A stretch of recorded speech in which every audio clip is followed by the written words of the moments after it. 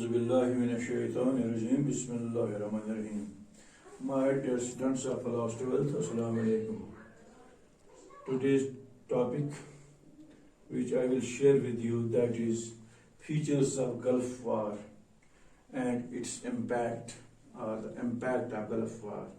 یہ جو Gulf war ہوا، یہ جو جنگ ہوئی، امریکہ نے جنگ چھیڑ دی عراق کے ساتھ، اس کے فیچرز کیا ہیں اور اس کا امپیکٹ بعد میں دنیا پر کیا پڑا، یہی دراصل ہم کوشش کریں گے سمجھنے کی، اور میں آپ کو سمجھانے کی یہی کوشش کروں گا۔ بہت سارے فیچرز ہیں اس گلف وار کے، اور اس کا بہت ہی برا امپیکٹ پڑا دنیا پر۔ کچھ فیچرز میں نے مینشن کیے ہیں۔ سب سے پہلا فیچر یہ تھا میرے بیٹوں کہ پہلی بار 3 نیوکلیئر طاقتیں، 3 ایٹمک پاورز ریڈڈ اگینسٹ 1 کنٹری۔ تواریخ میں پہلی بار 3 نیوکلیئر پاورز، کون کون؟ 1 واز USA، 2 واز برطانیہ، 3 واز فرانس۔ یہ تینوں نیوکلیئر پاور اکٹھے ہو گئے، اور ان کے ساتھ باقی اور ممالک جو نیٹو کی تمام طاقت ان کے ساتھ مل گئی، اور انہوں نے عراق پر چڑھائی شروع کی، عراق پر حملہ کیا، اور عراق کو کافی نقصان اٹھانا پڑا اس جنگ سے۔ یہ پہلی دفعہ ہوا تاریخ میں یہ 3 نیوکلیئر پاورز اکٹھے ہو گئے، کمبائن ہو گئے۔ دوسرا کیا ہے، جو عرب کنٹریز تھے یا نان عرب کنٹریز تھے، کافی سارے بہت سارے ممالکوں نے، عربز نے بھی اور نان عربز نے بھی، انہوں نے امریکہ کا سپورٹ کیا، انہوں نے ویسٹ کو سپورٹ دیا۔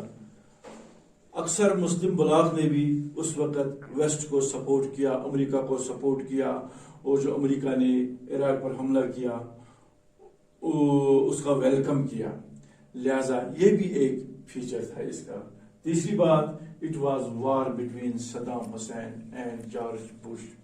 Saddam Hussein was the president of Iraq, whereas George Bush was president of United States of America.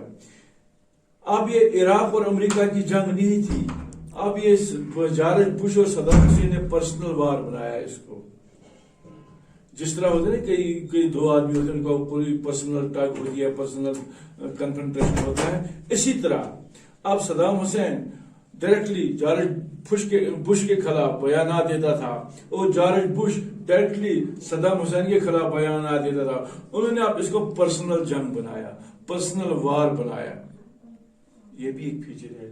اور ایک فیچر ہے، اس جنگ سے کافی نقصان ہوا، بہت سارا نقصان ہوا۔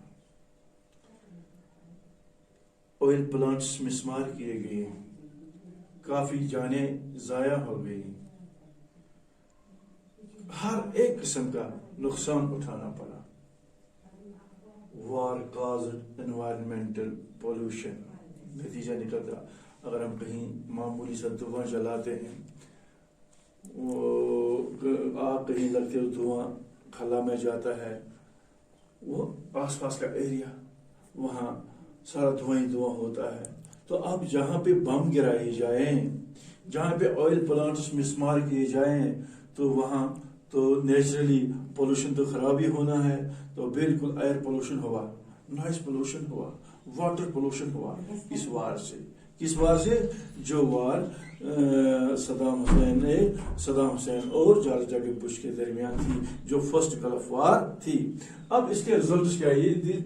These are the impacts of Gulf war. اب اس کی جنگ کا impact, these are the features of Gulf war. اب امپیکٹ کیا ہے اس گلف وار کا؟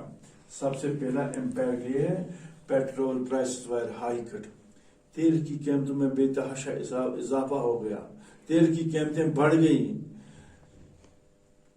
مثلا جس طرح آج جو بھی کماڈٹی مارکیٹ میں ملتی ہے، اس کی قیمت بہت ہائیک ہو گئی ہے۔ اسی طرح اس وقت 90 میں تیل کی قیمت میں بہت کافی بے تحاشا اضافہ ہو گیا۔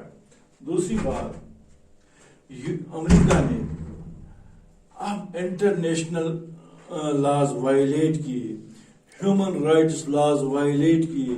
اس نے سیولین پراپرٹی پر، سیولین لوگوں پر بے تحاشا بم گرائے۔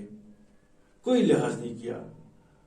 عراق میں بم گراتے تھے سولن آبادی پر. یہ امریکہ نے بالکل کمپلیٹلی وائلیشن کی ہیومن رائٹس کی.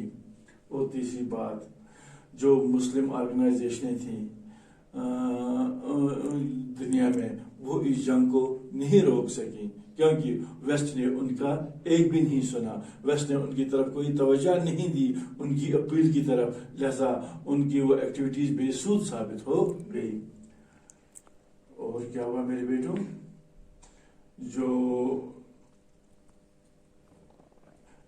جو ویسٹ تھا اب اس کی زیادہ انٹرسٹ بڑھی ان ممالک میں جو آئل پروڈیوسنگ کنٹریز ہیں، جہاں پہ تیل کی پیداوار زیادہ ہوتی ہے، تو ویسٹ کی اس میں زیادہ انٹرسٹ بڑھ گئی. These were the impact of Gulf war.